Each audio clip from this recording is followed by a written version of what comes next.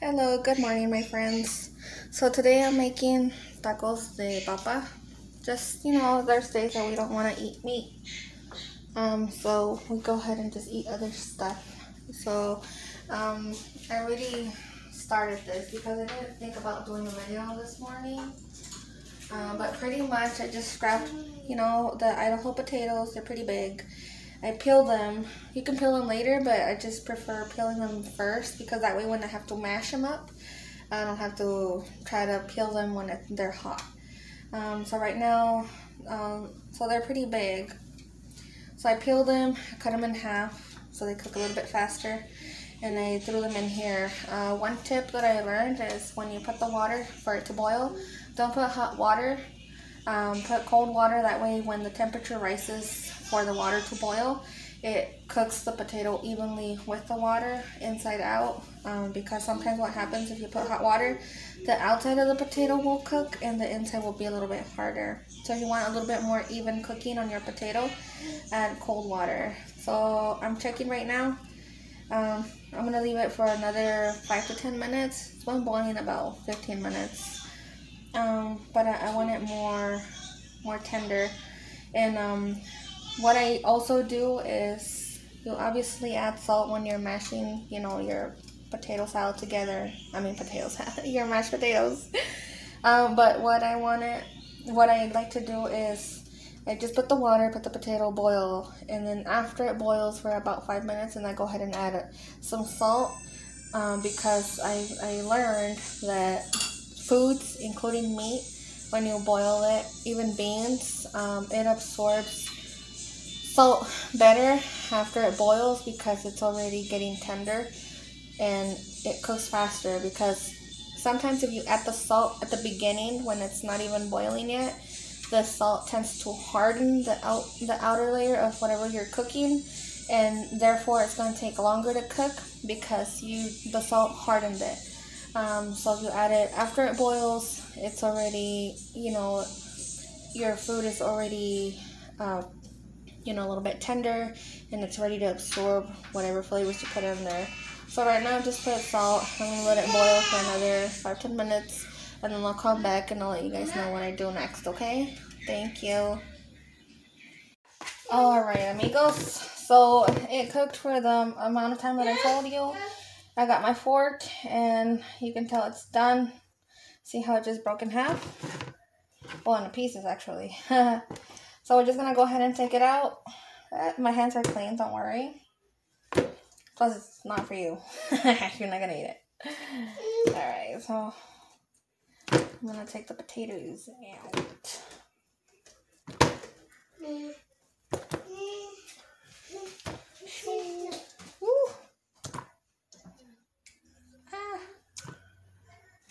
Super cooked. Well, not super, but fully cooked. That's what you want. Okay. Okay. So, I got that there. I'll move this to the side. I don't like when my stove is there. So, this is to taste. If you want. So, I like some garlic. So, I'm going to put some garlic powder. Just a little bit. I'm going to also put in some black pepper. Fine ground black pepper. Plenty of it. Well, not plenty, but enough.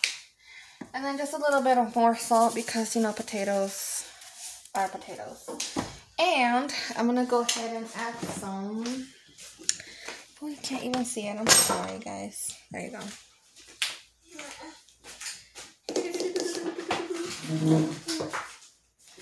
And I'm going to add just, what would this be? 4 tablespoons of butter. Just so it can have some flavor. Extra flavor. I'm going to go ahead. Get my masher. And I'm just going to start smashing my potatoes. And I don't want to overdo it. Because I want them to still be... I want my mashed potato to be a little firm. That way when I make the tacos, I don't struggle too much. Because if they're too mushy or too runny, then it's not going to be good. My kids are awake. Everyone's awake. But I got my house clean. swept, mopped, washed my dishes. Like over here, and I'm just gonna go ahead and once it's roasted, the skin just really falls off. So there's no struggling with you trying to get the skin off. So see, it just fell by itself. Hold on, my kid wants something. Alright, so I'm gonna go ahead and just start smashing them. We'll there's really no specific way. You just grind it against both, in between the jocote and the molcajete, until you get the consistency that you want. Just make sure everything is grained very well.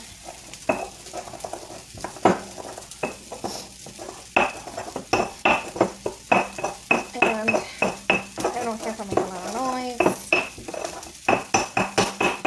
It doesn't break. I mean, I've never broken one. I've never seen somebody break one, but I'm pretty sure, I don't know, if you do something crazy, it's gonna break. What I'm gonna do is just add poquito oregano, just a little bit, because it's me, and poquita sal, and this is just, I don't know, but you'll be tasting it as you go, just to make sure that your salsa is not salty. And then I'm gonna go ahead and get my chile. God damn it. I mean, I guess I can use my knife, but I don't really want to use my knife. So now I'm gonna start smashing my chile. Look at all that juice.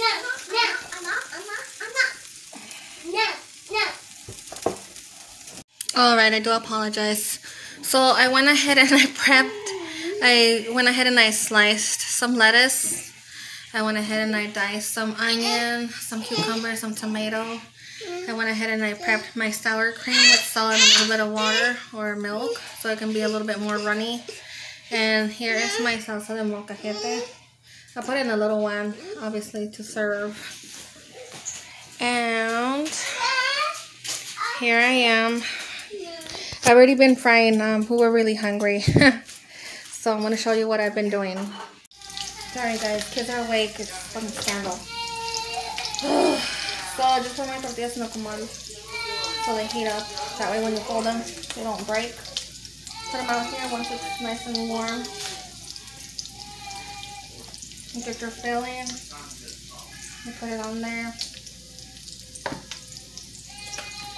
And you go ahead and you smush it. When you smush it, see how it does it by itself. You don't really have to be perfect when you first put it in there. And you go ahead and just throw in your taquitos. I already did 3, and these are the last ones that I'm going to make. Just go ahead and let them fry. I already have 7 here. That's pretty much putting them like that. I'm going to rearrange them a little bit just so they go ahead and drain a little bit better.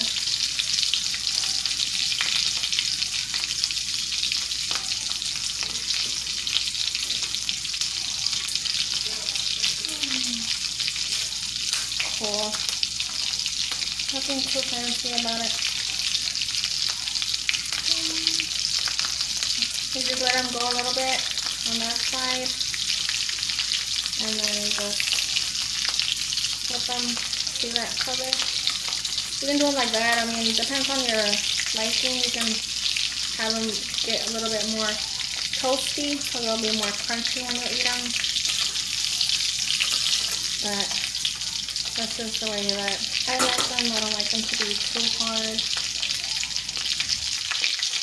And I'm pretty much done, so I'm going to go ahead and turn it off.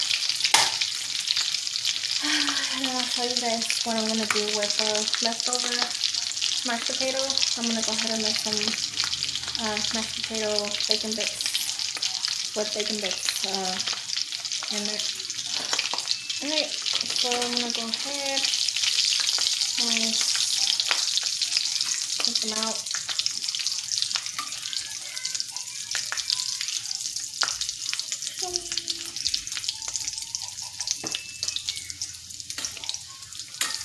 this last one here. Alright. So that's it for this video for the tacos. I'll show you guys next with the mashed potato.